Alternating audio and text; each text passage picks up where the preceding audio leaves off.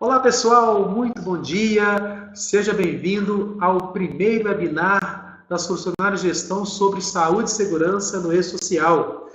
Meu nome é Altamiro Dionísio, eu sou o CEO da Solucionário Gestão Integrada, sou contador, bacharel em Ciências Contábeis, técnico em Segurança do Trabalho há aproximadamente 15 anos, atuando em vários segmentos de atividade econômica, sempre com gestão de SST, sou auditor interno das normas ISO 9001, 14001 e OSAS 18001 e sou palestrante em SST. É um prazer muito grande estar aqui com vocês, falando sobre um assunto tão importante, tão relevante para todos nós e que vai atingir a todas as empresas e trabalhadores CLT do Brasil, pessoal?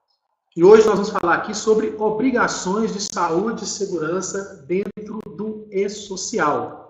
Bom, pessoal, antes de falar sobre as obrigações, vamos falar sobre o E-Social, fazer uma contextualização. O E-Social, então, é um projeto do governo federal, instituído pelo Decreto 8373 de 2014, que tem por objetivo desenvolver um sistema de coleta das informações trabalhistas, previdenciárias e tributárias de forma unificada. É uma nova forma de cumprir as obrigações trabalhistas, previdenciárias e tributárias existentes, faz parte do SPED, que é o Sistema Público de Escrituração Digital. E, como eu disse, vai haver uma unificação das informações fiscais, trabalhistas e previdenciárias por meio de um único canal, vai atingir a todos os empregadores e trabalhadores do país. Uma coisa que é muito importante, pessoal, a recepção das informações pelo social não significa o reconhecimento da legalidade dos fatos informados, ou seja, tem que ser informado, as informações precisam ser enviadas com qualidade. O simples fato de enviar não quer dizer que está tudo certo, tem que ser enviado com qualidade, E essas informações, elas vão ser enviadas na forma de eventos que vão ser enviados para um único banco de dados. No nosso caso aqui hoje, vamos falar sobre os eventos de saúde e segurança.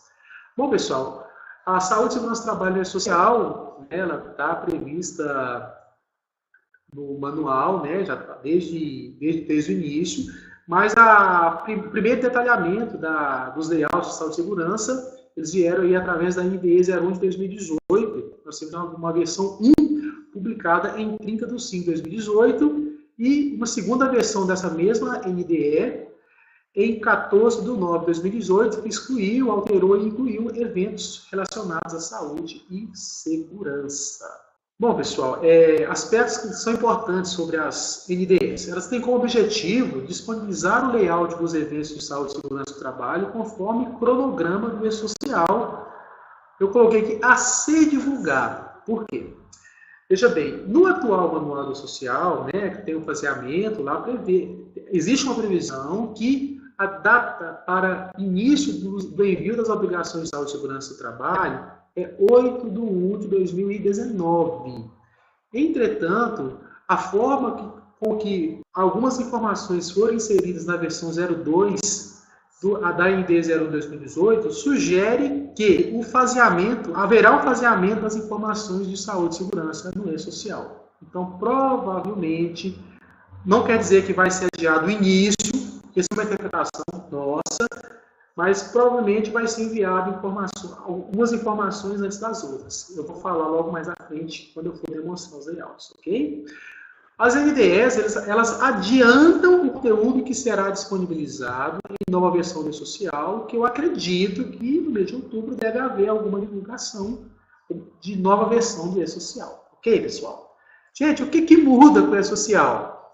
Muda tudo, não muda nada, pouca coisa vai mudar. Pessoal, na verdade, a legislação é a mesma, não teve alteração de legislação. Então, as obrigações, elas já existem. O que vai mudar é a forma de transmitir essas informações para os órgãos governamentais. Ok, pessoal? Bom, pessoal, entrando em saúde e segurança do trabalho, falando brevemente do conceito de segurança do trabalho, é o conjunto de ciências e tecnologias com o objetivo de proteger o trabalhador em seu ambiente de trabalho de forma a evitar acidentes do trabalho e doenças ocupacionais. As questões inerentes à saúde e segurança do trabalho, pessoal, têm embasamento constitucional, está lá no artigo 7 da Constituição, olha, são direitos dos trabalhadores urbanos e rurais além de outros que visem a melhoria de sua condição social, a redução dos riscos inerentes ao trabalho, por meio de normas de saúde, higiene e segurança. Além disso, lá no artigo 157 da nossa CLT, diz o seguinte: cabe às empresas cumprir e fazer cumprir as normas de segurança e medicina do trabalho, instruir os empregados através de ordens de serviço quanto às precauções a serem tomadas no sentido de evitar acidentes do trabalho ou doenças ocupacionais, adotar as medidas que lhes sejam determinadas pelo órgão regional competente do Ministério do Trabalho, né? E facilitar o exercício da fiscalização pelo órgão, pela autoridade, né, competente. E nós temos aí, pessoal, as normas regulamentadoras, né, que foram trazidas pela portaria 3214 de 1978. Então, nós temos 40 anos de normas regulamentadoras, pessoal.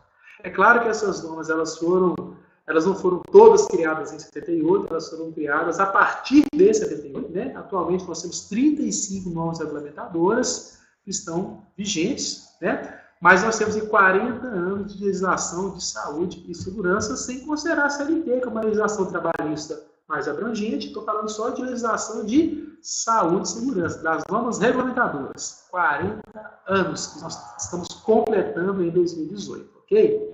Pessoal, quem está obrigado a cumprir as normas regulamentadoras? Item 1.1 da NR1 nos responde assim, olha.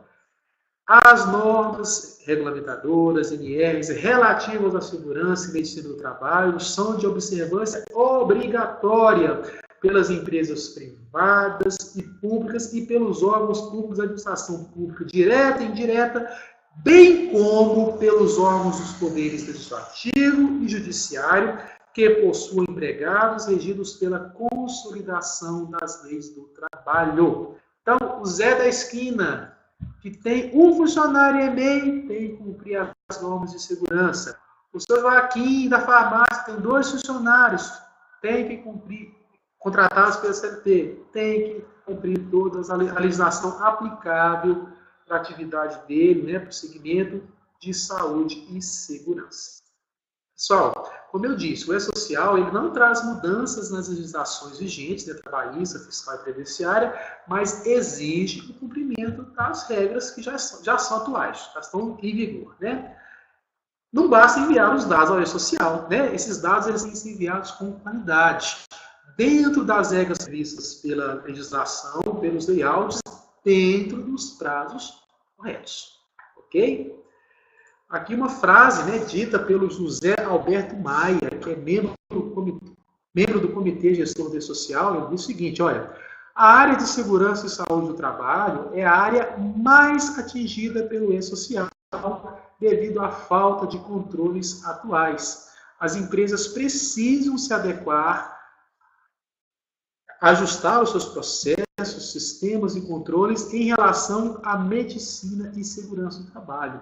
Então, apesar das informações de saúde e segurança serem uma parte menos em comparação com as demais informações de natureza trabalhista, em função da cultura, né, dos empregadores brasileiros de não ter uma observância real da legislação aplicável, da realização dos controles que são exigidos pela legislação, de fazer que segurança do trabalho seja um valor diariamente, certamente o fato, né, dessas informações precisarem ser enviadas para o social vai causar um grande impacto a todas as empresas. E é o impacto, na visão do José Alberto Maia, eu concordo com ele, o impacto mais significativo dentro do projeto social.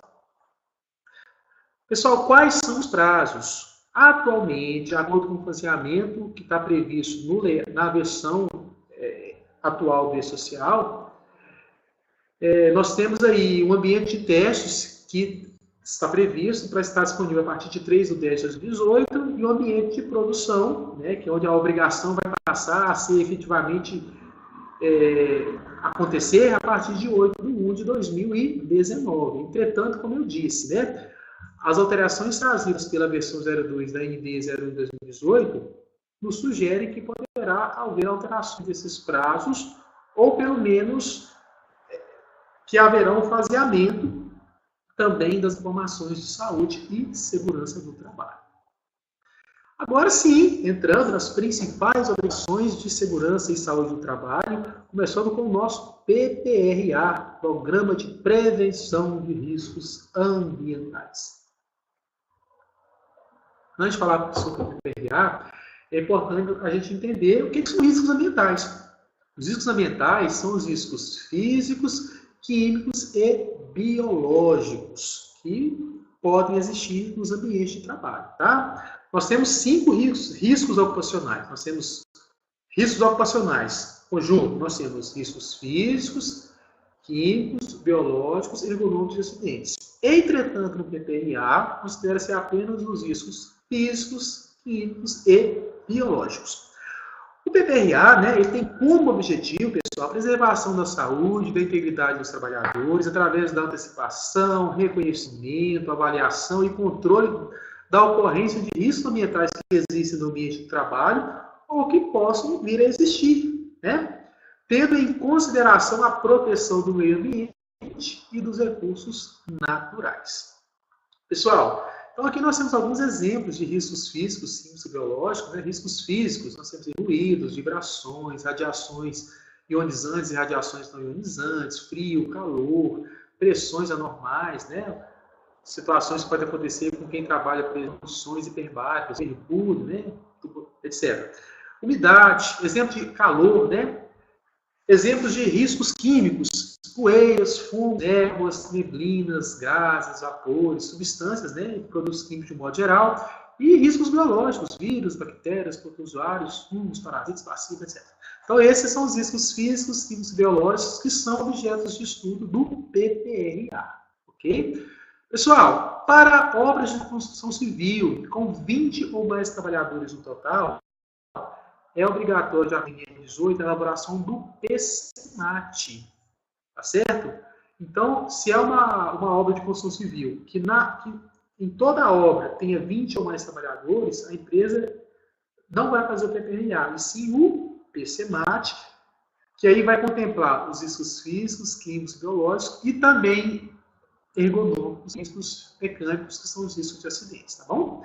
Para as empresas do segmento de mineração, de acordo com a NR 22, deve ser elaborado o PGR, que é o Programa de Gerenciamento de Riscos, dependente do número de colaboradores. Então, a empresa que é segmento de mineração e segmentos que são lá descritos na NR 22, deve elaborar o PGR, tá? Para o PGR também, assim como para o PCMAT, devem ser considerados todos os riscos ocupacionais, né? Ou seja, os riscos ambientais, que são os riscos químicos e biológicos, e os riscos ergonômicos mais acidentes.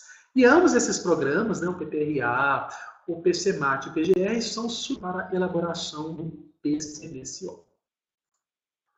Falando sobre agora a análise ergonômica do trabalho, pessoal. O objetivo da análise ergonômica do trabalho é avaliar a adaptação das condições de trabalho às características psicofisiológicas dos trabalhadores, né? Então, vai avaliar condições de conforto, condições do ambiente de trabalho, dos móveis utilizados, a questão de temperatura, ruído, velocidade do ar, umidade do ar nos ambientes de trabalho, a questão de estresse, se é um trabalho feito sob pressão, se é um trabalho repetitivo, ou seja, a forma que o trabalho é realizado, ou seja, toda a questão psicossocial relacionada ao trabalho.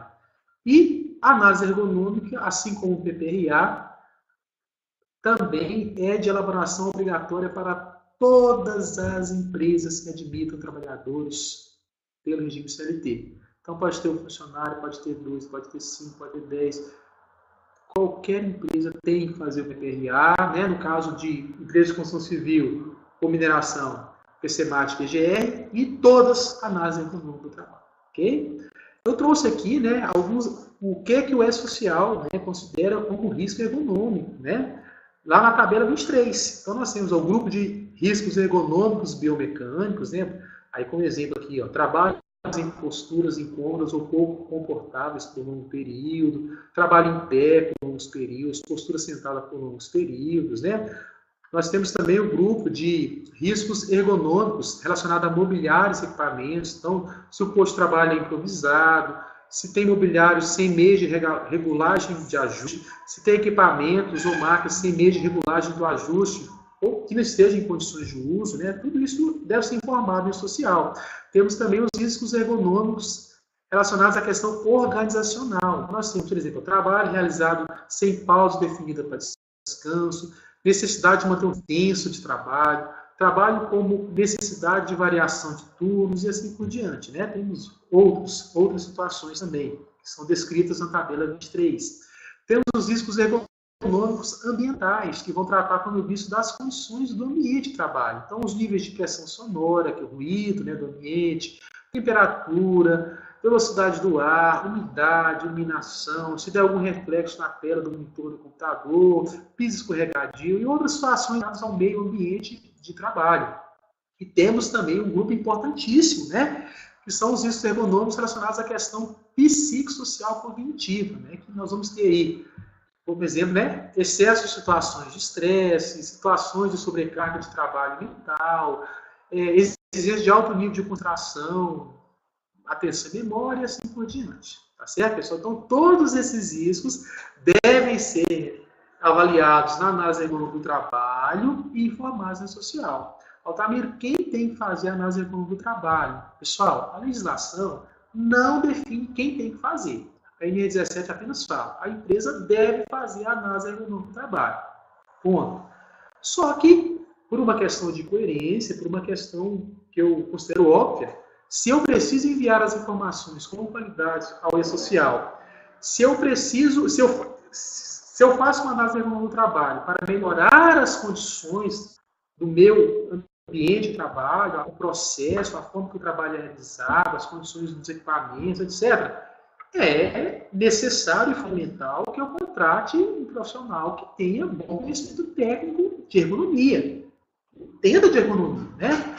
Então, eu tenho que ter muito cuidado na hora de contratar o profissional que vai me fazer esses programas que eu já mencionei, né? O PPRA, o PCMAT, PGR, lá o análise ergonômica do trabalho, né? Porque esses programas que vão me dar as informações para eu transmitir para a social. Como eu disse, o fato de enviar as informações não quer dizer que está tudo certo. Enviar com qualidade e coerência técnica. Ok, pessoal? Então é importante que a gente contrate com critério, né? As pessoas que vão nos assessorar na elaboração desses programas. Então, pessoal, nós temos também a ordem de serviço prevista na NR1, né, que vai dizer o seguinte, ó, o item 1.7 da NR1 determina que cabe ao empregador elaborar ordem de serviço sobre SST, dando ciência aos empregados por comunicados, cartazes ou meios eletrônicos. E o que o empregador deve informar nessas ordens de serviço, pessoal?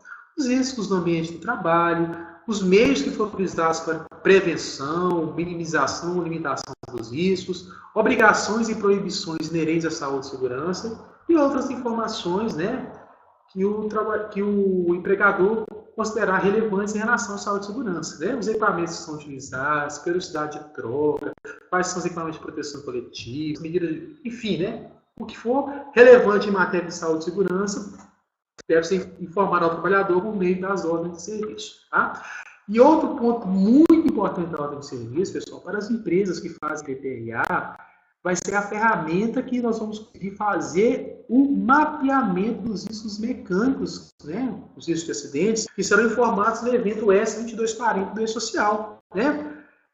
Os outros riscos, né, eles também devem ser informados, os riscos que foram levantados lá no PPRA, né, riscos físicos, químicos, biológicos, os riscos econômicos, a análise econômica também devem ser informados na ordem de serviço, e os riscos de acidentes, eles vão ser mapeados e analisados por meio da ordem de serviço. Então, nós vamos mapear a ordem de serviço, definir as medidas de controle e informar isso ao trabalhador e, quando for obrigatório, informar isso também dentro do S2240 do E-Social. Tá bom, pessoal?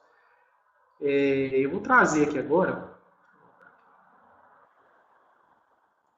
alguns exemplos de riscos de acidentes que consta na tabela 23 do E-Social. Então, olha, nós temos aqui a diferença de queda, diferença de nível menor ou igual a 2 metros, diferença de nível maior do que 2 metros, iluminação inadequada, arranjo físico deficiente. Então, tem uma série de situações de riscos de acidentes que são trazidos pela tabela 23 do social e que, se houver esses riscos no meu processo de trabalho, eu devo informar os trabalhadores e informar também ao social.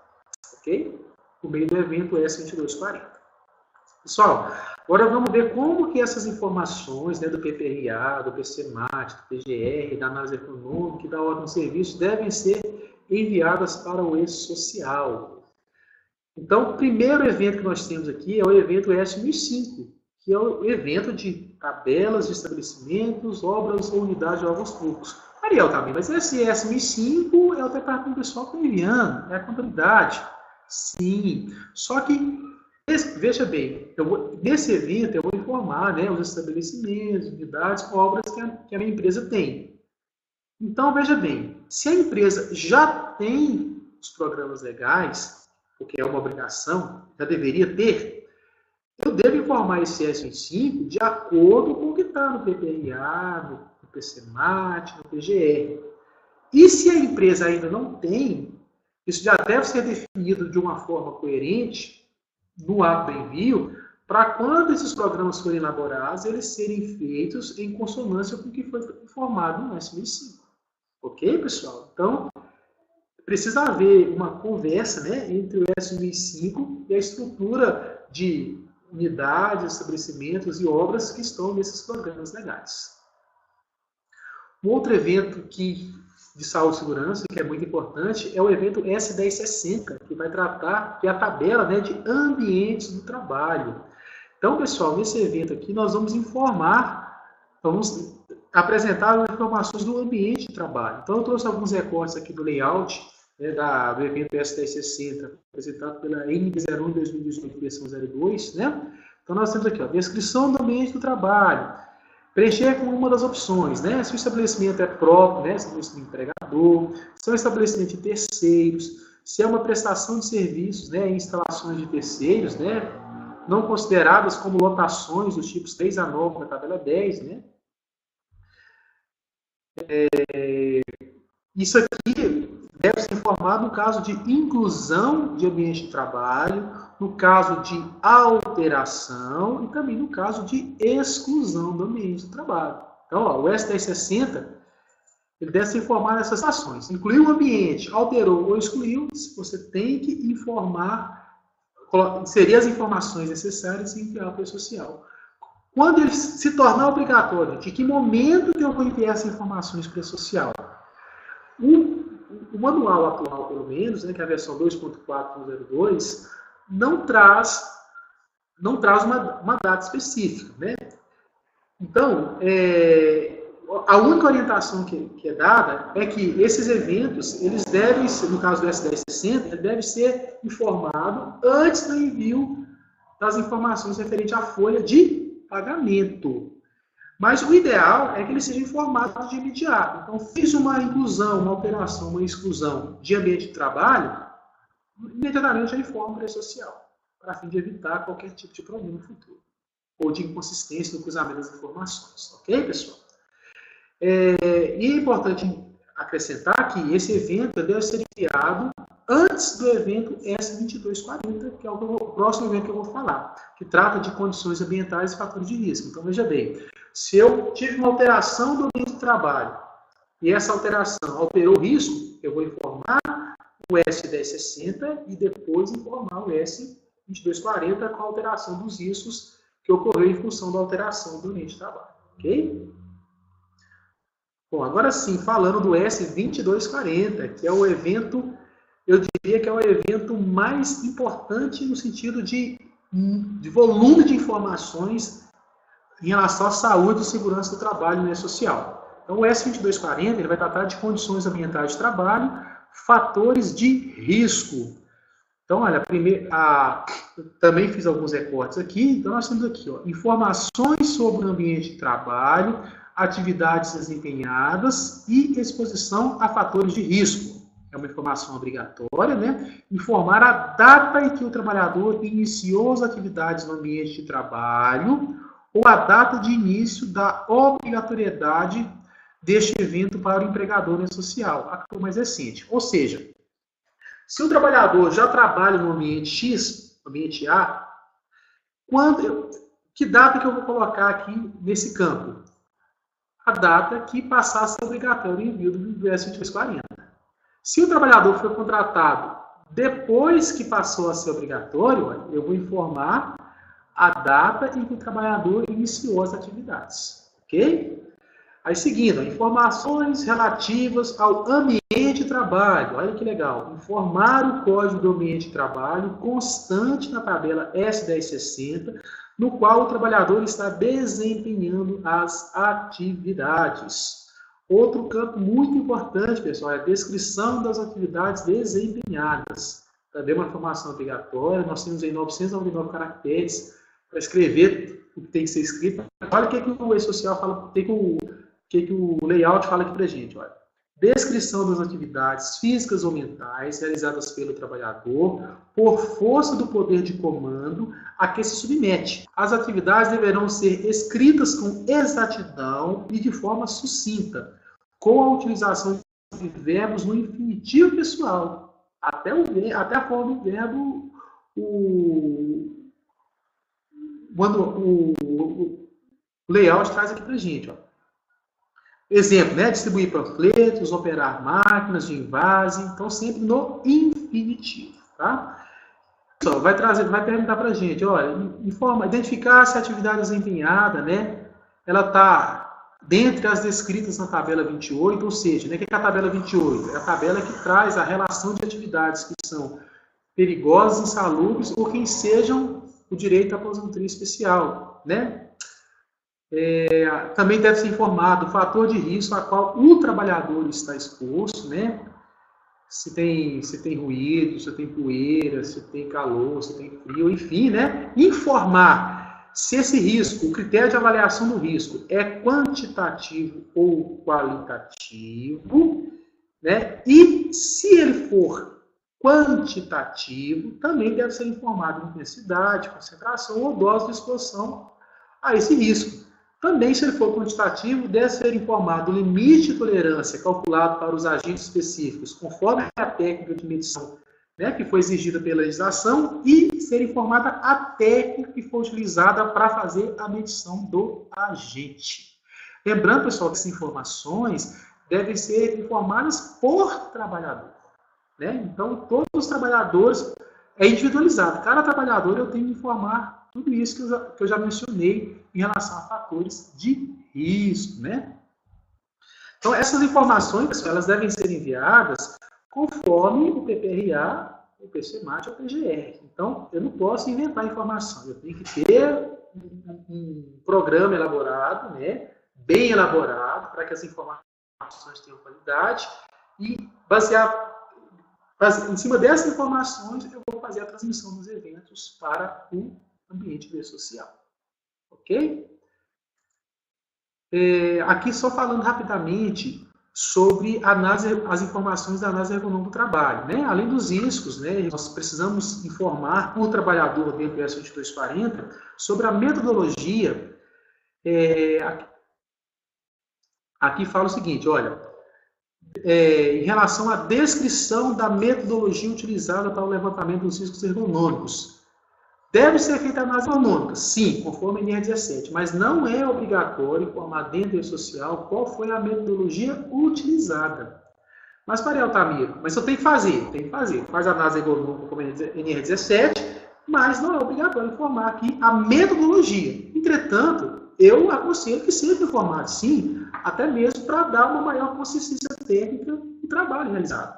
Porque se eu fiz uma análise ergonômica do trabalho, é importante para quem está avaliando o conteúdo das informações saber qual foi a metodologia utilizada para chegar àquela conclusão. Então, por uma questão de coerência técnica, é importante que seja informada a metodologia, mas não é obrigatório pelo layout aqui do S2240. Mas ainda não é. Ok, pessoal? Pessoal, falando agora sobre laudo de insalubridade. Um assunto muito importante, porque nós temos, infelizmente, muitos profissionais que não são profissionais legalmente habilitados, né, para dar essa conclusão técnica, para fazer essa conclusão técnica, definindo insalubridade, contador, etc. Né? Pessoal da área de BP fala, essa função aqui, isso aqui é 20% de insalubridade, então vamos pagar. Né? Não, essa atividade aqui não tem insalubridade. Baseado em quê? No que ele acha. E, infelizmente, é uma atitude comum, mas é uma atitude errada. E uma atitude... Essa atitude ela pode trazer problemas muito sérios para a empresa, tá? Então, pessoal, primeiro vamos falar aqui sobre a origem do termo insalubridade, né? O in quer dizer é um elemento de negação, insalubre e saudável. Então, insalubridade é a ausência de ambiente saudável, né? Então, qual é o objetivo do laudo de insalubridade, pessoal? Concluir mediante exame, vistoria, indagação, investigação, avaliação se existe exposição a agentes insalubres. E o que são agentes insalubres? São agentes ambientais físicos, químicos e biológicos existentes nos ambientes de trabalho capazes de provocar danos à saúde dos trabalhadores. Ou seja, tem alguns riscos se o simples fato de haver exposição já causa dano, e alguns outros riscos você tem um limite de tolerância, onde a legislação fala, se tiver exposição acima desse limite de tolerância, traz dano à saúde do trabalhador. Dessa forma, tem direito ao adicional de insalubridade. Então, nós temos, então, né, a forma de caracterizar. Nós temos alguns riscos que são qualitativos, que a simples exposição caracteriza, e alguns riscos que são quantitativos, quando a exposição é acima do limite de tolerância.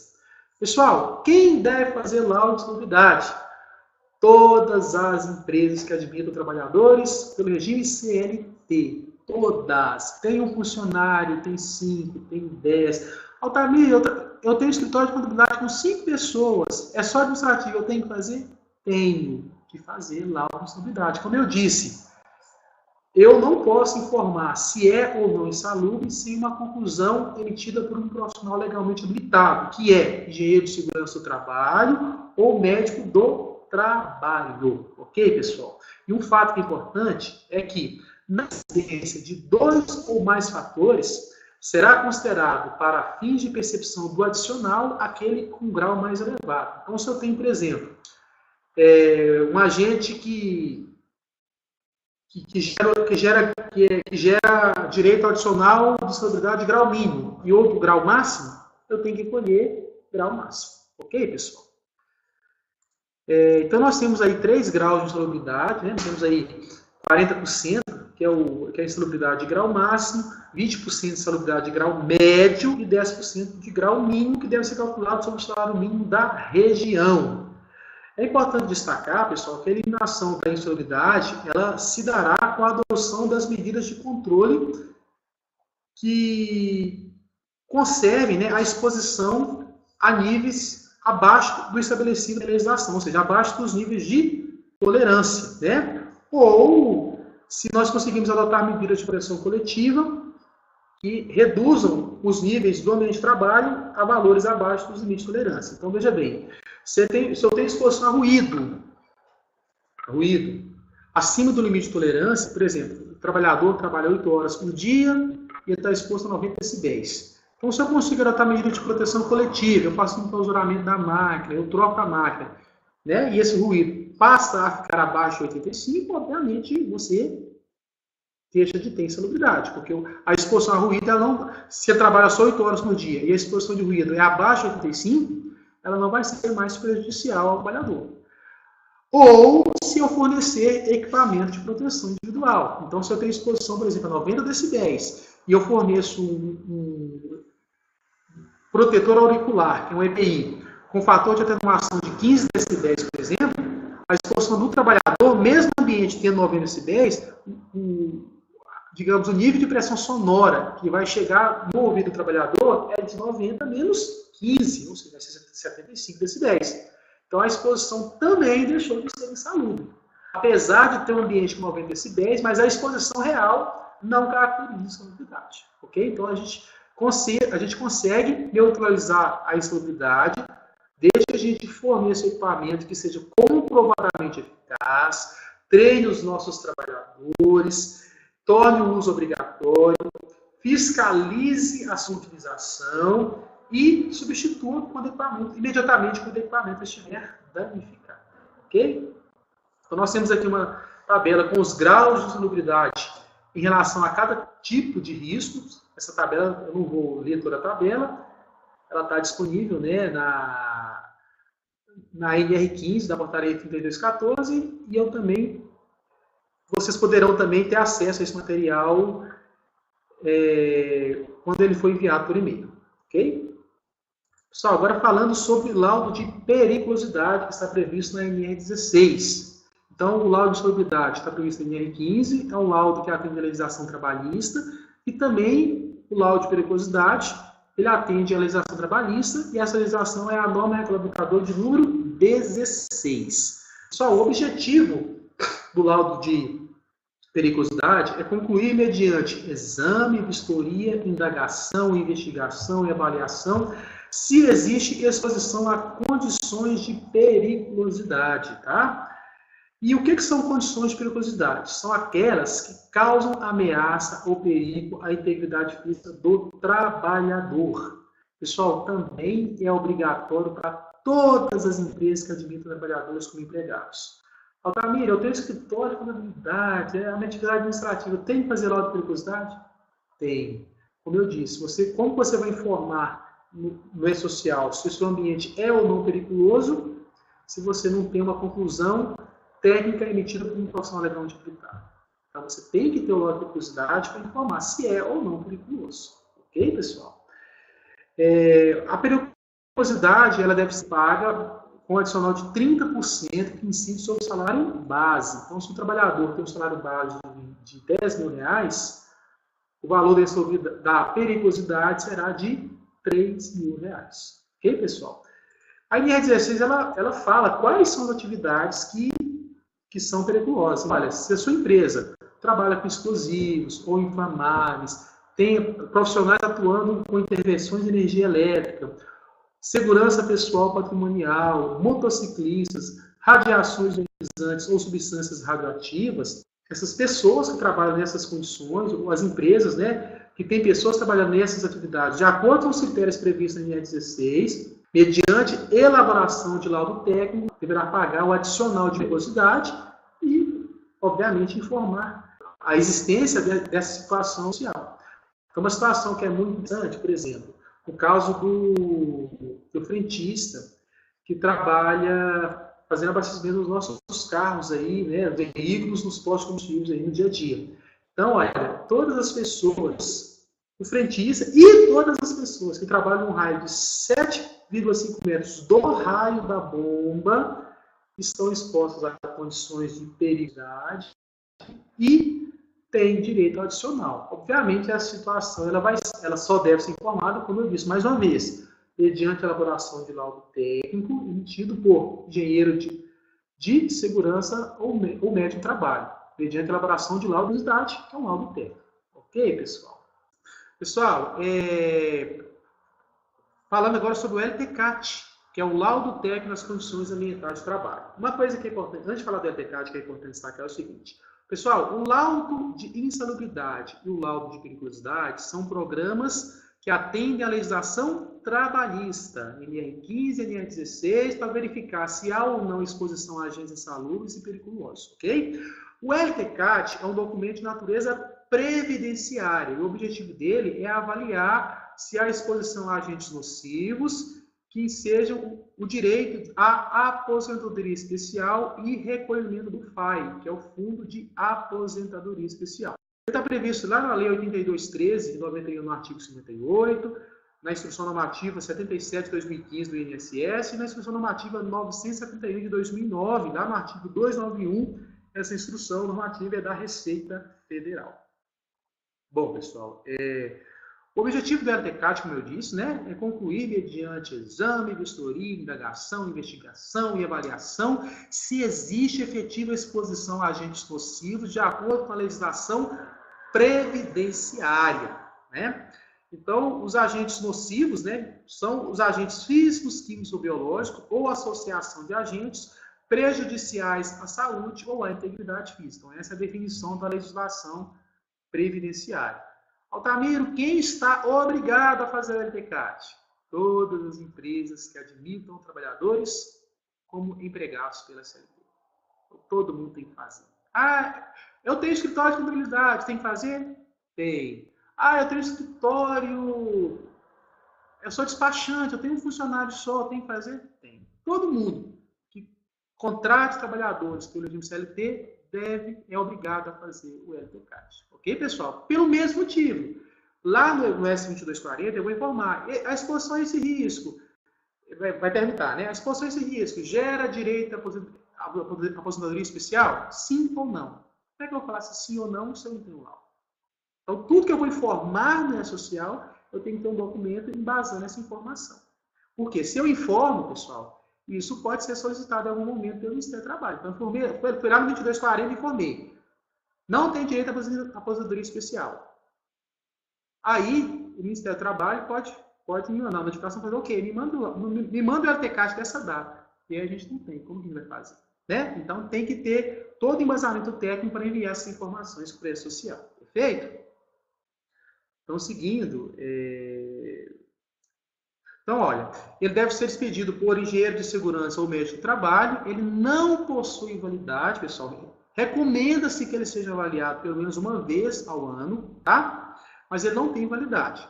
Entretanto, qualquer alteração que tenha no ambiente de trabalho, né, nós temos que alterar não só o LTCAT, mas nós temos que alterar o PPRA, temos que alterar o laudo de insalubridade, se for necessário o laudo de periculosidade, o PCMSO, enfim, porque todos esses programas que eu mencionei para vocês, o PCMSO, são programas, pessoal. Não é um documento que eu pego e põe dentro da gaveta. São programas que devem ser mantidos atualizados de acordo com a realidade da empresa. Então, por exemplo, se eu tenho um processo produtivo, trabalho com uma tinta A, de repente eu mudo para a tinta B, e essa tinta B tem outra composição química, eu tenho que rever tudo. Tem que rever PPRA, tem que fazer as medições, tem que rever laudo de salubridade, tem que rever LTCAT, para que seja de acordo com, para que os programas sejam mantidos de acordo com a realidade da empresa. Ok, pessoal?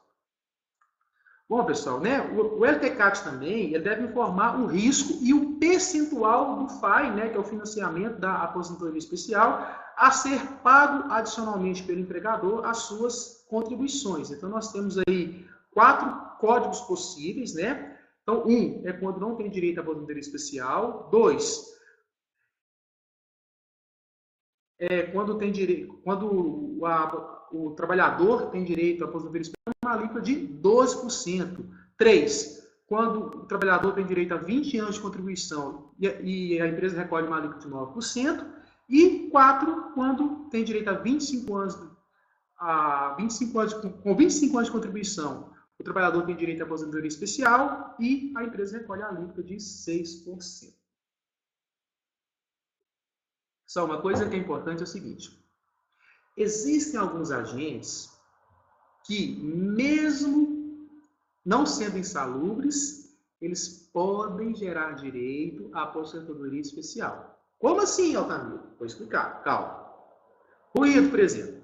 O ruído, a NR15 fala, se você conseguir neutralizar a exposição a limites abaixo do nível de tolerância, deixa de ser insalubre. Então, eu tenho um ruído de 90 decibéis no meu ambiente, ok? Eu vou fornecer um protetor auricular com 15 decibéis de atenuação, treino meu trabalhador, registro a ficha de EPI, tudo certinho, fiscalizo se o trabalhador está utilizando equipamento mesmo, torno obrigatório, tem ordem de serviço, tudo certinho, beleza, deixou de ser insalubre.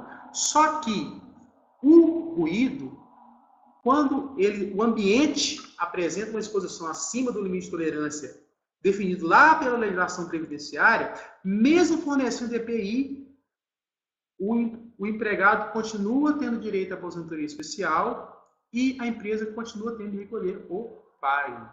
Então, olha que situação curiosa. A gente consegue neutralizar a insalubridade, mas se o ambiente continua com ruído acima do limite de tolerância da legislação previdenciária, eu continuo tendo a obrigação de recolher o FAI, que é o financiamento da aposentadoria especial. Ok, pessoal?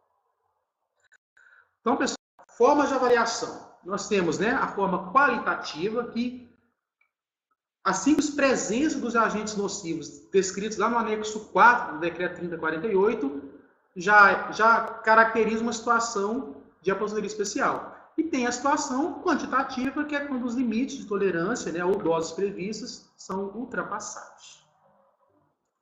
Bom, pessoal, agora vamos ver como que essas informações do LTCAT, do laudo de insalubridade, social. Vamos lá.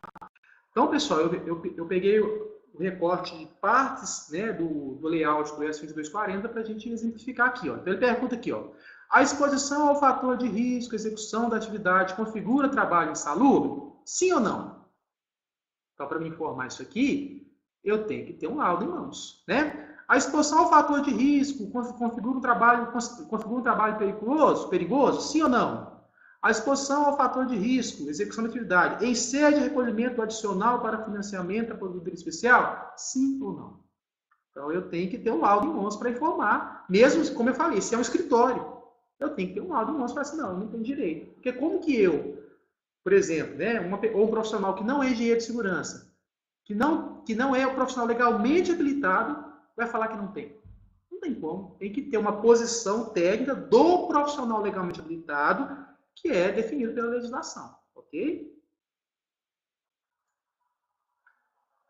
Então, aqui tem algumas informações que devem ser preenchidas, né, em relação aos registros ambientais, né, o CRM, o CPF do responsável pelos registros ambientais, o PIS, né, dos responsáveis pelos registros ambientais e assim por diante.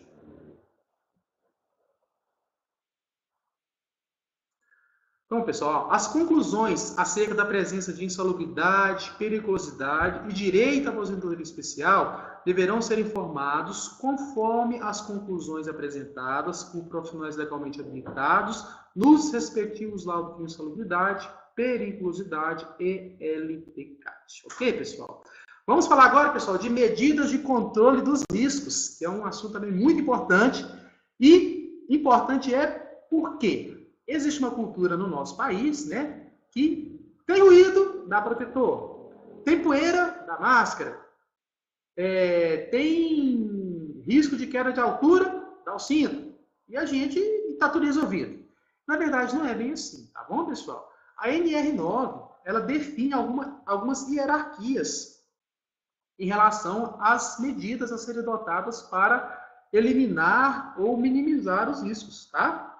Então, o que a NR9 fala? A primeira coisa que a empresa tem que fazer, tentar adotar medidas que eliminam ou reduzam a utilização ou a formação de agentes prejudiciais de proteção coletiva, né?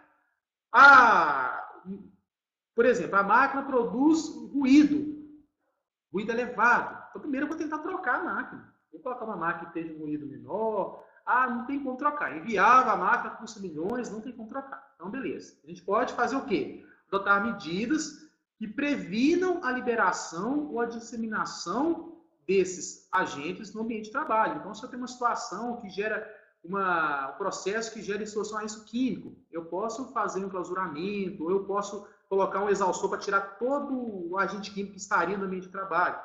Ou, se não tem como prevenir a liberação, ou colocar, por exemplo, se um agente químico está saindo no ambiente de trabalho, eu enclausuro e coloco e sair em outro ambiente. Então, eu vou prevenir a liberação e disseminação dos agentes. Isso não tem como prevenir, adotar medidas que reduzam os níveis ou a concentração desses agentes no ambiente de trabalho. Então, exaustão, ventilação, por exemplo, no caso de agente químico e outras medidas.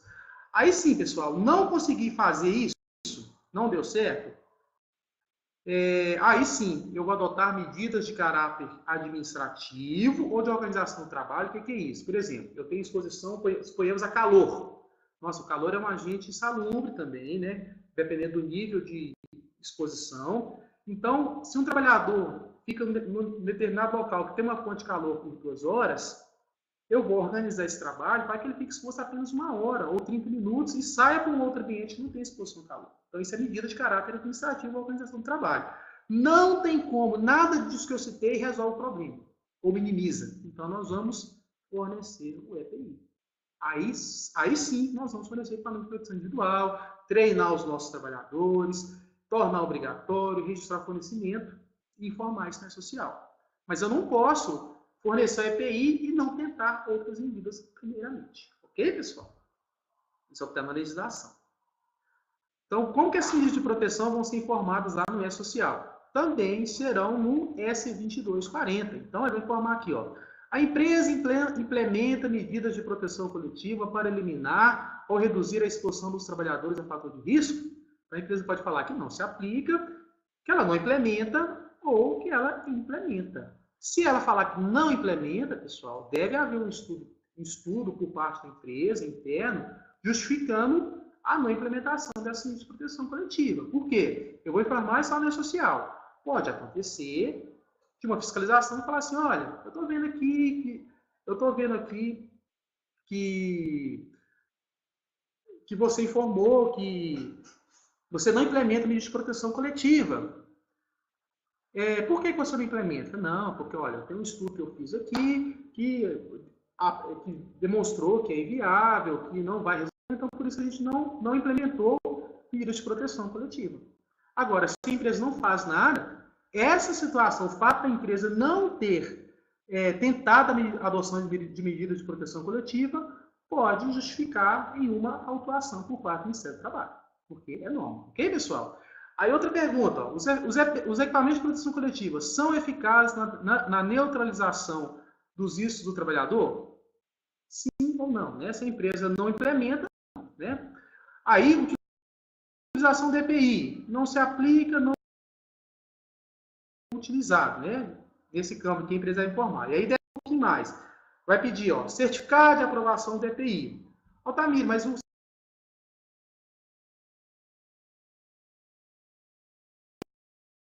não a informação? Porque tem alguns equipamentos que são...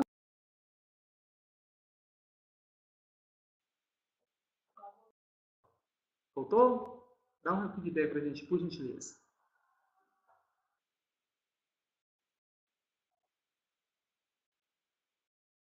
Beleza, pessoal. Show de bola. Então, vamos continuar. Então, pessoal, alguns eles não têm CA, são considerados EPI, mas todos os equipamentos que tiverem CA, o certificado de aprovação deve ser informado. Ok, pessoal? A descrição do EPI. O EPI é eficaz na neutralização do risco do trabalhador? Sim ou não? Foi tentada a implementação de medidas de proteção coletiva de caráter administrativo, optando-se pelo EPI por inviabilidade técnica, insuficiência ou interinidade, ou seja, né, por um tempo até que seja implantada a ação de proteção coletiva, ou ainda em caráter complementar social. Até isso tem que ser informado. Então, se ele fala assim, não tem técnico que comprove, que justifique essa... Digo melhor. Se a empresa falar que não, a empresa tem que ter uma justificativa para não ter tentado ainda. Olha, nós estamos fazendo um estudo, documentação comprobatória para que a empresa não tenha risco de autuação. Ok, pessoal?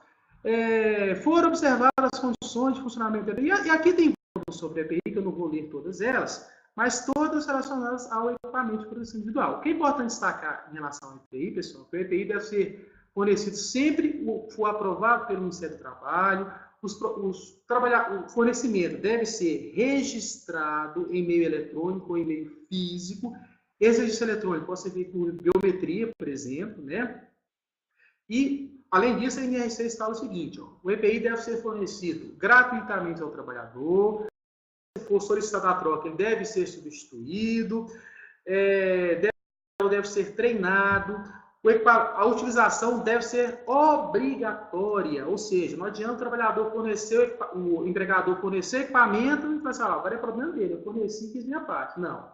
A NRC fala, você tem que fornecer, tornar obrigatório, treinar e fiscalizar o uso. Então, uma ação que é muito importante para evidenciar ações é o que as empresas fazem.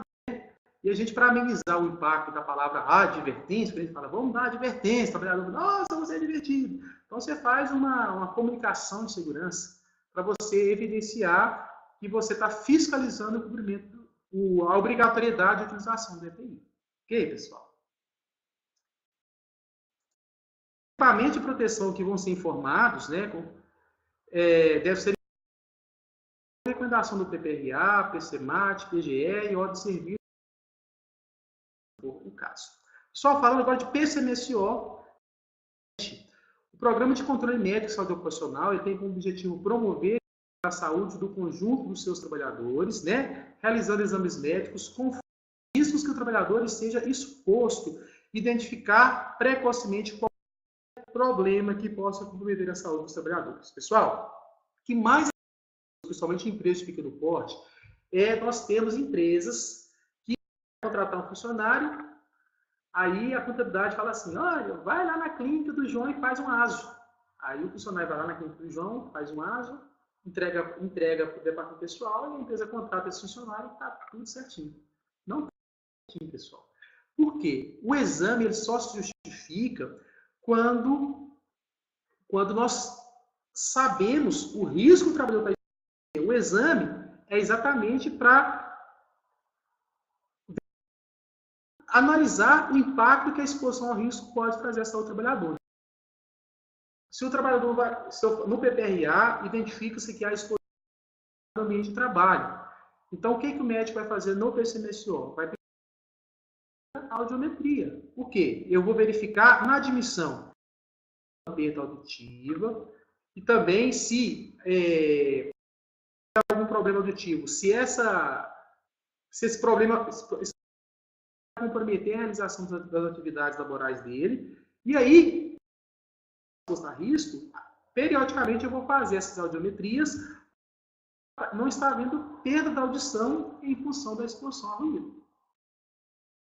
Então, não adianta, num ambiente que tem ruído, por exemplo,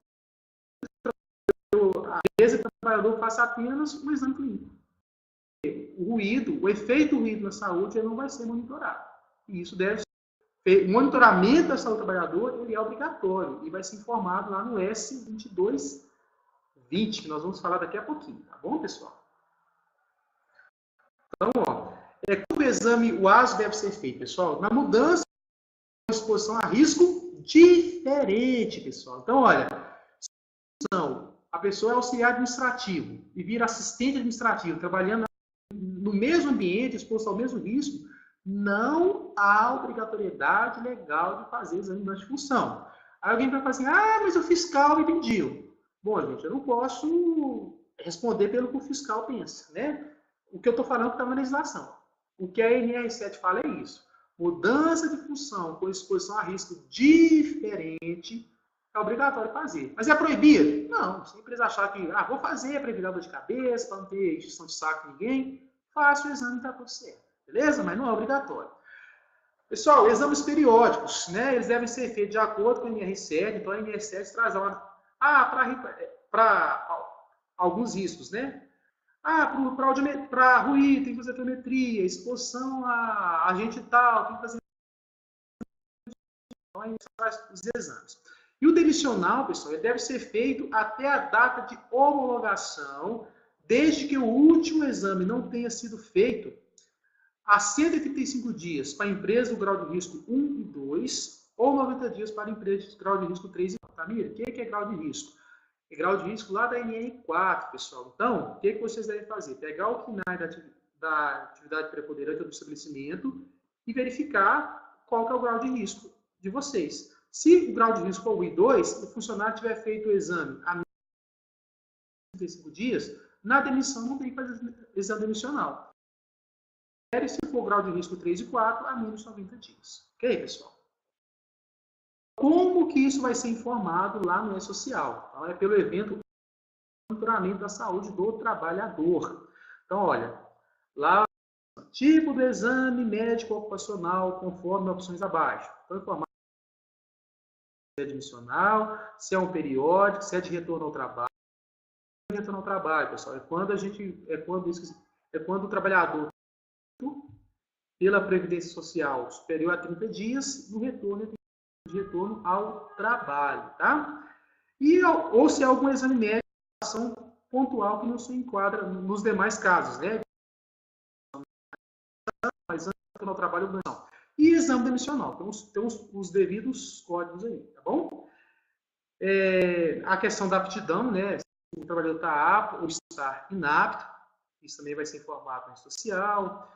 O que mais? A data do exame realizado, indicações, se deu normal, alterado, estava gravamente, assim por diante. Então tem todas as informações, eu não vou ler todas, mas estão lá disponíveis. Pessoal, as informações dos atos desse evento devem estar em conformidade com o programa de saúde ocupacional. Então, veja bem, eu vou informar o S2220 o que está no ASO.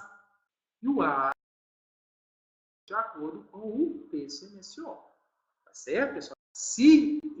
E essas informações vão ter cruzamento, né, pessoal? Por exemplo, se lá no S2240 eu informo que tem exposição a ruído de 83 decibéis, por exemplo, obrigatoriamente eu tenho que informar que eu tive a realização do exame de aumento no S2220. Essas informações com certeza vão ter um cruzamento em algum momento. Ok, pessoal? Coisa que é importante destacar, pessoal, a partir da transmissão, né, dos eventos S2240, que é o evento de fatores de risco, e 2220, que é de monitoramento de saúde do trabalhador, deverá ser abolida a obrigatoriedade da emissão do famoso PPP. Porque as informações já vão estar no meio social. Então, não vai haver necessidade da empresa emitir o PPP. Mas isso vai ser divulgado em novas versões aí do E-Social. Ok, pessoal? Pessoal, antes que nós tivemos aí 2018 na versão é a separação do evento referente ao exame do motorista profissional. Anteriormente, esse exame o S2220. E é interessante que isso tenha acontecido mesmo, por quê? O psicológico, pessoal, ele não tem natureza ocupacional. Ele não deve fazer parte do ASO, né? Separadamente. Inclusive, a AMANT, né, emitiu uma recomendação 16, recomendando que os testes toxicológicos não sejam incorporados nem ao PCMSO, nem ao ASO, e também não sejam solicitados pelo médico do trabalho. Isso por quê, pessoal? O exame toxicológico é feito para atender uma legislação. Então, o próprio empregador pode solicitar, encaminhar o empregador até o local para fazer o exame e informar as necessárias, né, de acordo com o layout do S2221, as informações toxicológicas. Então, fala aqui, ó, data de realização do exame, CNPJ, código do exame, o nome do médico, o número da inscrição do CRM, a unidade federativa do CRM. Apenas essas informações que devem ser enviadas. Pessoal, falando agora sobre CAT, comunicação do acidente de trabalho. Bem polêmico, que traz bastante dor de cabeça aos profissionais da área de saúde, recursos humanos, saúde e segurança. Então, o que assistente? O artigo 19 da Lei 82.3 de 91 fala o seguinte: ocorre pelo exercício do trabalho a serviço da empresa ou pelo exercício do trabalho do segurado especial, né? Trabalhador rural, pessoal que trabalha com pesca, etc. Né? A legislação define o que é segurado especial. Lesão corporal ou perturbação funcional temporário ou permanente. Pessoal, considerados acidentes de trabalho, o acidente que ocorre no trajeto à residência, entre a residência e o local de trabalho, né? Lembrando que, por exemplo, se o trabalhador ele todo dia vai para a faculdade, ele sai do trabalho e vai para a faculdade. Se acontece qualquer situação nesse trajeto, a jurisprudência também entende que é acidente de trajeto. Ok, pessoal? A doença profissional, assim entendida, a produzida ou desencadeada pelo exercício do trabalho peculiar determinada atividade. Então, por exemplo, o pessoal que trabalha exposto a amianto tem o risco de uma doença que é chamada de silicose. Então, a silicose é uma doença profissional. Tá? E doença do trabalho é aquela adquirida ou desencadeada em condições especiais em que o trabalho é realizado ou com remuneração diretamente. Por exemplo, a pessoa trabalha com esforço repetitivo, pode ter LER, que tecnicamente é conhecido como DOT. Então, é uma doença do trabalho, pessoal. A empresa deve comunicar o acidente ocorrido com o segurado, né? Exceto com o doméstico ou trabalhador avulso, até o primeiro dia útil seguinte ao da ocorrência e, em caso de morte, de imediato à autoridade competente, sob pena de multa aplicada pelo artigo 286 do Regulamento da Previdência Social. Na falta da comunicação por parte da empresa, né, podem formalizar o próprio acidentado, seus dependentes, a entidade sindical competente, o médico que assistiu ou qualquer autoridade pública poderá fazer a emissão da CAT. Ok, pessoal? CAT entregue fora do prazo, pessoal. Lá no CAT, que é o prazo, ou seja, se eu não emitir a CAT até no dia seguinte, tá? Se ela foi emitida antes do início do procedimento administrativo ou medida fiscalizatória, exclui a multa. Então, vamos entender isso. Você na empresa, eu demorei 5 dias para emitir a CAT. E nesse período, em um processo fiscalizatório administrativo, a empresa não vai ser multada, ok? Portanto, veja bem, se a empresa e a CAT foi emitida pelo médico, a empresa não quis emitir a CAT. Aí o médico emitiu a CAT, ou qualquer autoridade pública, essa situação, aí isso não vai excluir a multa. Está lá no parágrafo 4, ok? Não caberá aplicação de multa por não emissão da CAT quando o enquadramento decorrer de aplicação do NETEP. Então, veja bem, o trabalhador se afastou, né, foi lá, ele ficou doente, adoeceu, foi na perícia médica, o INSS estabeleceu a relação entre aquela situação, a doença,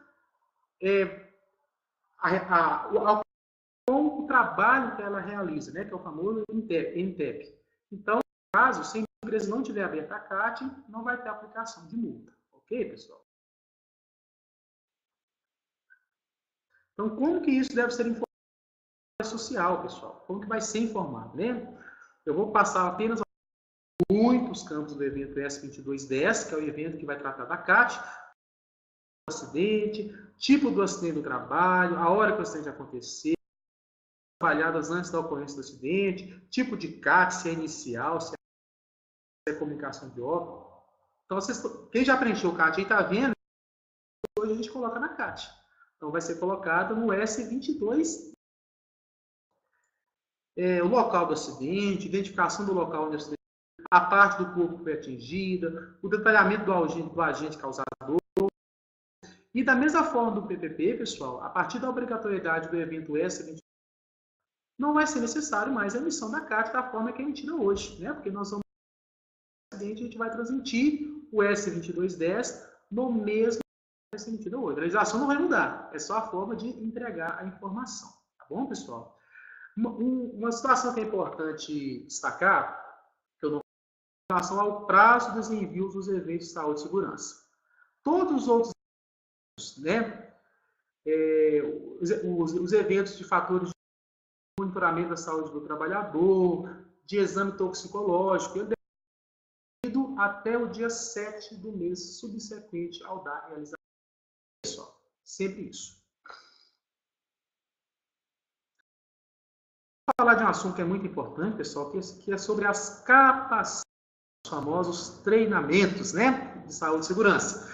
Pessoal, as capacitações de saúde e segurança, elas estão previstas em várias normas regulamentadoras, ser realizadas conforme o tipo de atividade realizada pela empresa ou o risco a que o trabalhador é exposto. Então, tem algumas situações que, por exemplo, a empresa que trabalha com obra tem que fazer NR18, porque a atividade é construção civil. Tem lá, fala quais são as atividades que são consideradas como construção civil para a aplicação da NR18. A empresa, o trabalhador trabalha exposto a risco de queda, acima de 2 metros, tem que fazer o treinamento de NR35. O trabalhador trabalha com intervenções e operações de máquinas e equipamentos. Tem que fazer treinamento NR2, com o tipo de equipamento, com o tipo de intervenção que é realizada. As intervenções de instalação elétrica, tem que ter treinamento de NR10. E, pessoal, os treinamentos que vão ser informados, eles constam lá na prova do S social. E tem alguns treinamentos, né, que são obrigatórios para todos os empregadores. Então, o treinamento lá de ordem de serviço, que informa os empregadores, são obrigatórios. Designar de CIPA, pessoal. A nossa CIPA, gente, CIPA, quem não é obrigado a constituir CIPA tem que ter um designado para cumprir com os objetivos da NR5. E esse trabalhador também deve ser treinado, treinamento de 20 horas, com todo o conteúdo programático que está disposto na NR5. Tá, pessoal?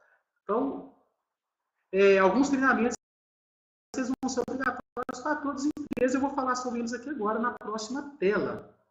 NR5, NR6. NR5, né, é o treinamento de CIPA. NR6 é o treinamento de EPI, que é equipamento individual, que deve ser feito sempre na administração, ou quando o trabalhador quando tem alteração do equipamento que foi fornecido. Por exemplo, eu forneço um equipamento com modelo que é diferente a forma de utilização, a interação com o trabalhador, treinamento, né?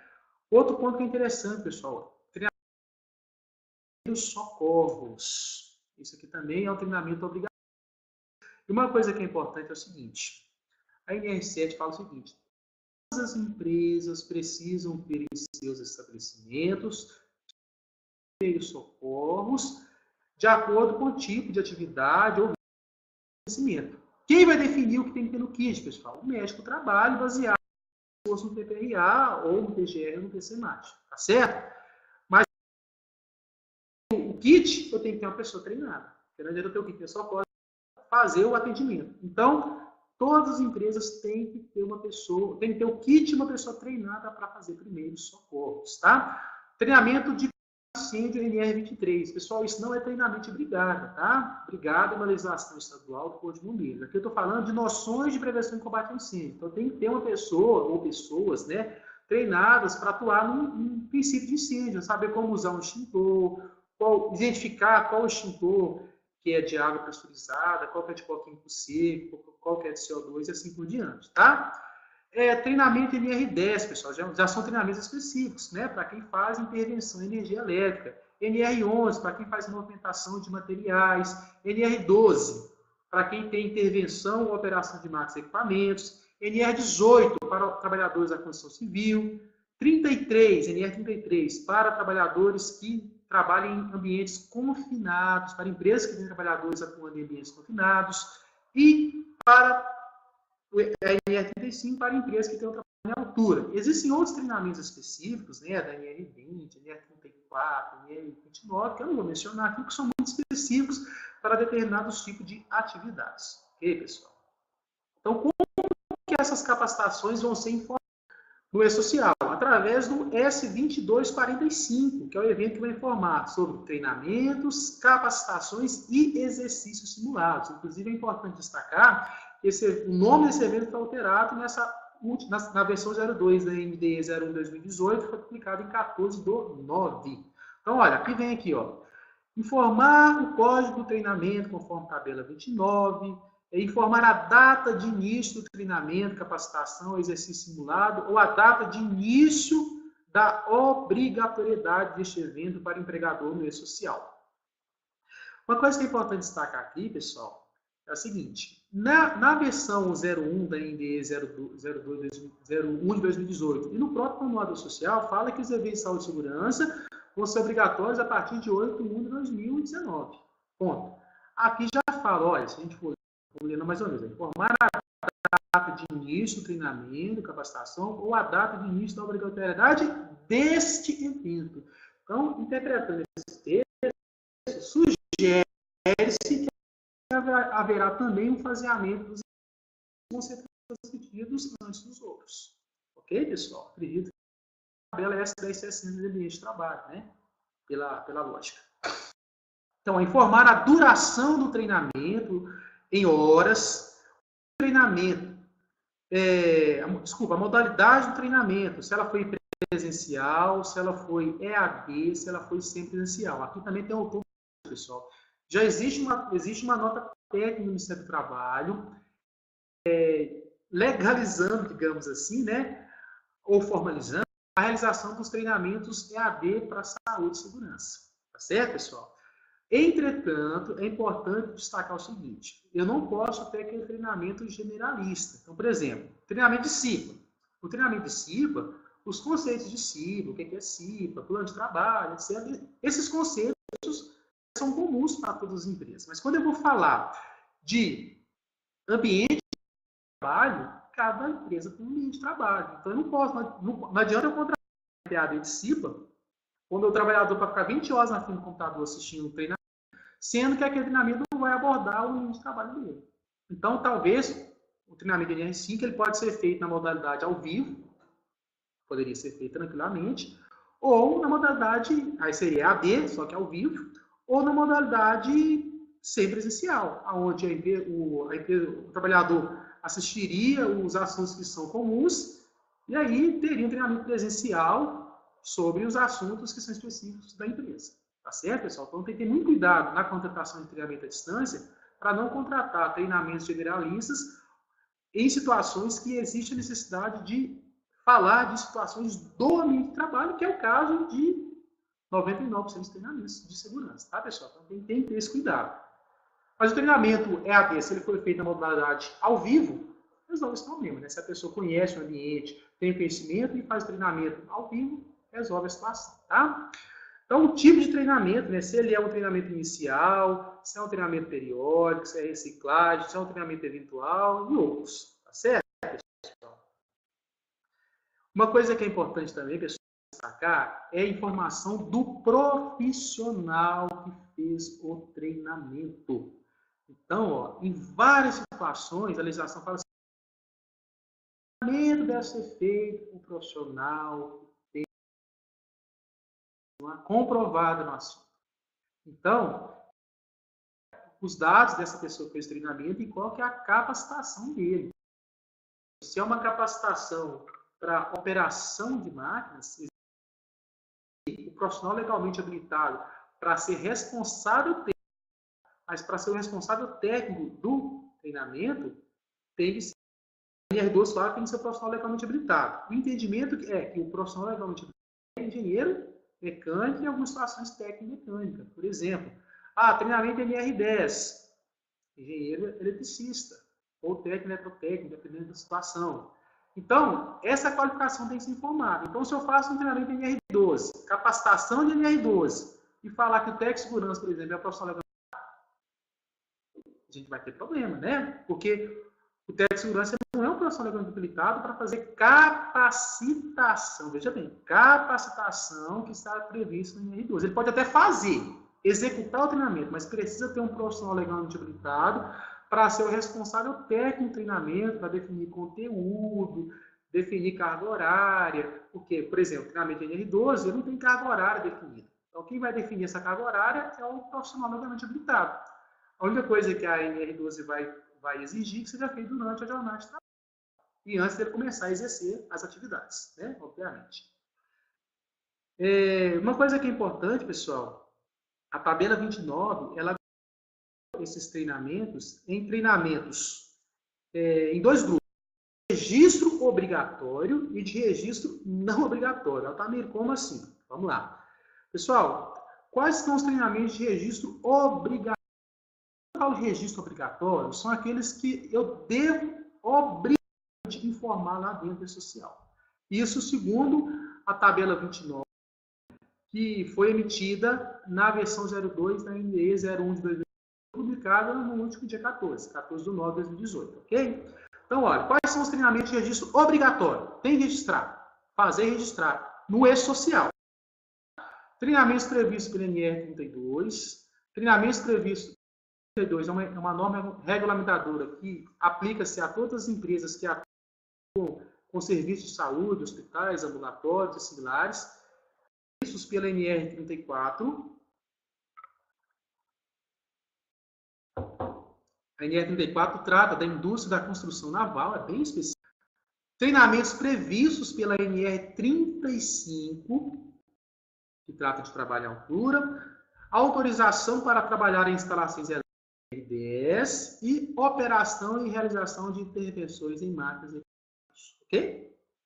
Agora, quais são os treinamentos de registro não obrigatório? Todos os demais treinamentos previstos nas outras normas regulamentadoras, treinamento de PCA, que é o Programa de Conservação Auditiva, e PPR, proteção respiratória, e outros treinamentos e proteções respiratórias. Só fazendo um breve parênteses aqui sobre PCA e PPR. Pessoal, PCA, que é o Programa de Conservação Auditiva, é um programa que está previsto lá na NR7, e ele deve ser elaborado quando a empresa tem exposição a ruído significativo. Então, se tem ambiente de trabalho com risco ruído, o valor está acima do limite de tolerância, a empresa deve elaborar o PCA. Ok? E o PPA é a exposição a agentes químicos. Quando eu falo exposição a agentes, entende-se o seguinte: exposição a agentes químicos. Nós temos duas situações: os agentes químicos que são apenas qualitativos, o simples fato de ter exposição já é risco, e tem agentes químicos que eu tenho limite de tolerância. Então, se eu tenho exposição a qualquer um desses agentes químicos, a empresa tem que elaborar também o PPR. Uma coisa que é importante, pessoal, é o seguinte: o fato do registro não ser obrigatório não significa que não deve. Tá? Por quê? Todos os treinamentos que estão previstos na tabela 29 da social, eles são obrigatórios. A legislação fala que tem que ser feito. Entretanto, não há obrigatoriedade de informar. Por exemplo, no caso do treinamento da NR1, informação aos trabalhadores. Se a empresa colocar para informar os riscos, obrigações, está atendendo. Não tem isso no ambiente social. Mas ela tem que fazer, porque está lá na NR1. Ok, pessoal? Então, isso é, mais uma vez, registro obrigatório, uma coisa. Realização, e o fato do registro não ser obrigatório não implica em não ser obrigado a fazer. Tem que fazer. Ok? Bom, pessoal, agora chegamos aqui ao final, né? É importante, né? É só para a gente refletir rapidamente aqui, que nós tenhamos a gestão do nosso trabalho como valor e responsabilidade social, né? É importante que nós, como povo brasileiro, tenhamos um amadurecimento à importância de promover a saúde e segurança. Não só porque tem uma legislação, não só porque eu sou obrigado a fazer, porque eu tenho social para informar, mas é importante que nós façamos com uma obrigação social de promover a saúde das pessoas.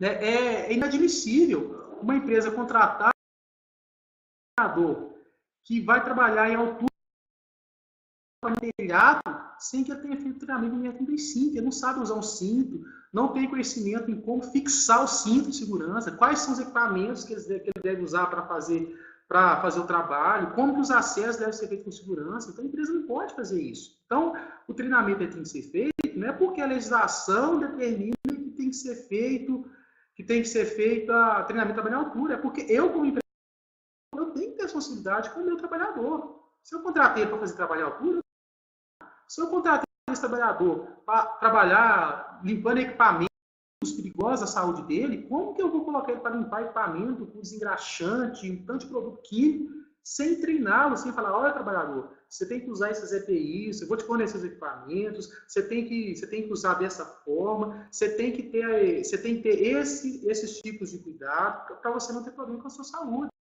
Então, pessoal, é uma questão de responsabilidade social. E isso é um problema tão sério. Existe uma estatística da Organização Internacional do Trabalho que fala o seguinte: 4 pessoas no mundo morrem vítimas de acidentes do trabalho. Pessoal, imagina quantas pessoas já morreram durante esse webinar que nós estamos fazendo aqui. Então, pessoal, a gestão do trabalho precisa necessariamente passar a ser um valor, uma questão de responsabilidade social das empresas, né? Porque não é admissível a gente colocar pessoas em risco e não treiná-las, e não adotar medidas preventivas para garantir que as pessoas vão realizar o seu trabalho, vão manter a sua saúde, a sua integridade e vão voltar para sua casa no final do dia. Ok, pessoal?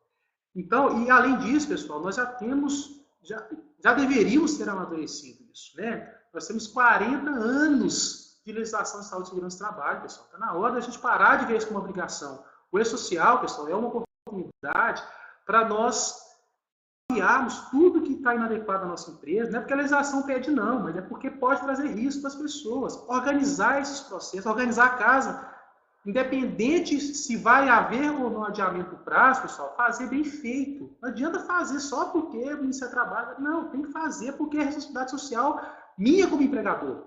Então, fazer, organizar a casa, deixar tudo de uma forma que haja garantia da promoção da saúde e da segurança nos ambientes de trabalho.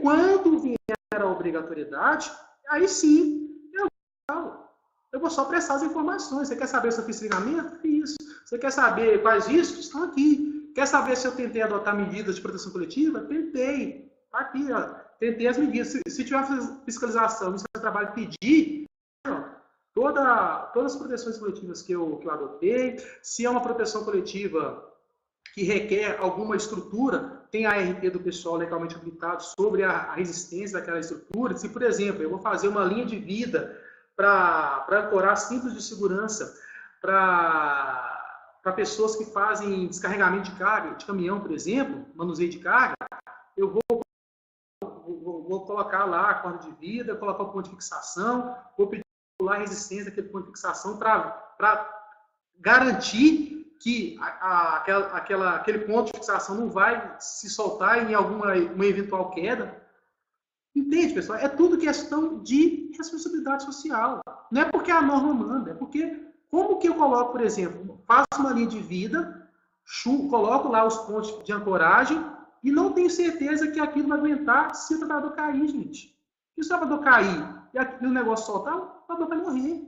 Então eu tenho que ter certeza. E a única forma da empresa, do empregador ter segurança que aquela proteção coletiva ela é efetiva, não, olha, vai lá, não, eu asseguro, eu sou profissional legalmente habilitado, que essa proteção coletiva ela é eficaz. Então, tem que ter responsabilidade social das empresas, pessoal. Só assim nós vamos mudar isso, vamos contribuir para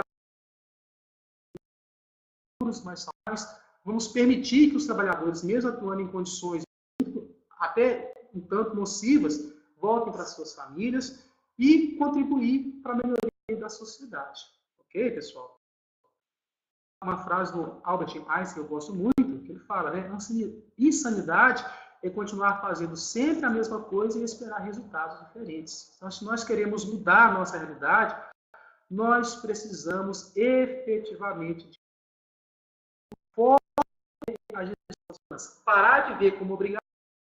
A obrigação ela existe e ela já existe e eu vou ter que informar isso no E-Social. Independente se vai ser ou não adiado, mas eu vou ter que informar isso em algum momento. Mas ter essa preocupação, ter a segurança do trabalho como valor. E a gente sabe, quando eu tenho uma gestão efetiva, a gente reduz custo, se a gente tem um ambiente de trabalho organizado, se você gasta 2 horas para fazer uma tarefa, você vai passar a gastar 1 hora com mais segurança.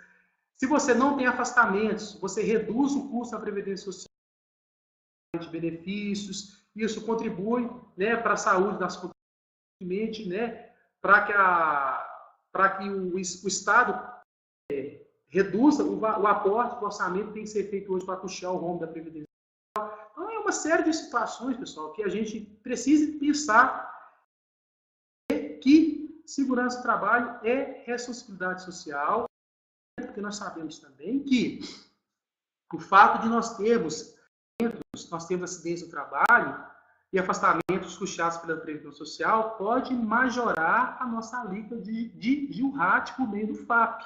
Então, se a empresa hoje tem um FAP alto, paga uma alíquota de GILRAT elevada, se ela investe em saúde e segurança, melhora as condições de trabalho e para de ter afastamento, essa alíquota pode ser reduzida, né? E aí ela vai ter um custo menor e ela vai poder valor que é economizado e melhoria do próprio processo produtivo. Ok, pessoal? Pessoal, eu vou abrir agora um espaço para perguntas. sobre o nosso evento. Eu espero que vocês tenham gostado. Esse realmente foi o nosso webinar sobre saúde, segurança do trabalho e meio social. Foi um prazer muito grande estar aqui durante esses minutos, né, falando para vocês sobre um evento que é tão importante, tão relevante na atualidade, né? Pois a gente está falando de pessoas, de vidas e de uma obrigação que virá realmente e que vai afetar a todas as empresas que são trabalhadores como empregados.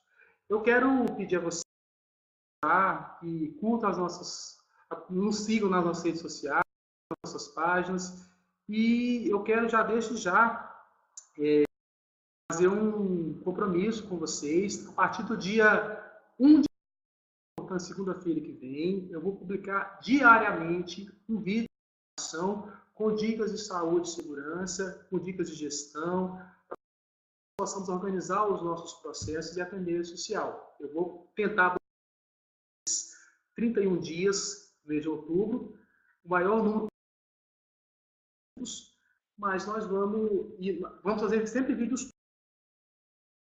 Inscreva-se no nosso canal do YouTube, curta nossa página no Facebook, deixe comentários sobre o nosso treinamento, que é importante para que a gente melhore cada dia mais.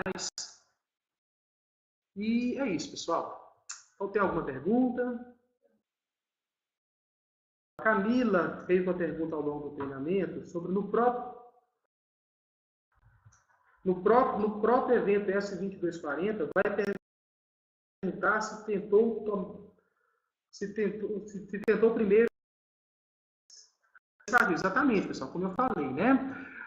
Lá existe a pergunta: foi tentadas medidas de controle, medidas de proteção coletiva e medidas administrativas, a empresa tem que informar sim ou não, né? Isso tem que ser informado. Vocês têm mais alguma pergunta? Será que esses eventos vão ser... Então, pessoal, tudo indica que vai haver ação sim em relação ao cronograma. Disse, né? Você tá tendo barulho aí, o pessoal tá falando, vai alterar.